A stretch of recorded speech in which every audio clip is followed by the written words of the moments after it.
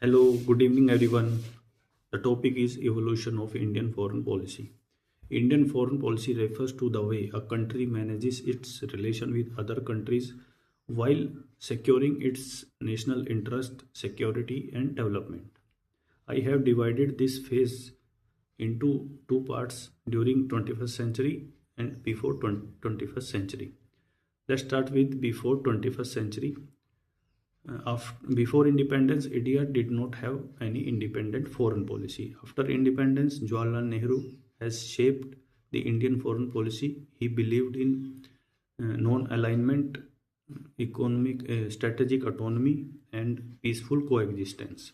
India became active member of United Nations and the for 1962 with China and 1965 with Pakistan forced India to focus on defense and military preparedness. Under Indira Gandhi, the war 1971 with Pakistan have led the creation of Bangladesh and established India as a regional power.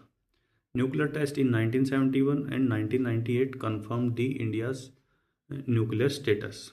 Unlike Indira Gandhi, Rahul Gandhi believed in Rajiv Gandhi believed in economic modernization, regional stability, and economic reforms.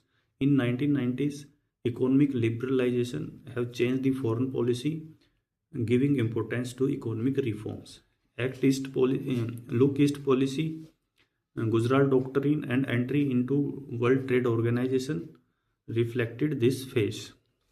And during 21st century, under NDA and UPA government, India has strengthened with USA, ASEAN, and neighbors. India USA nuclear treaty, improved relation with China, and regional connectivity marked this phase.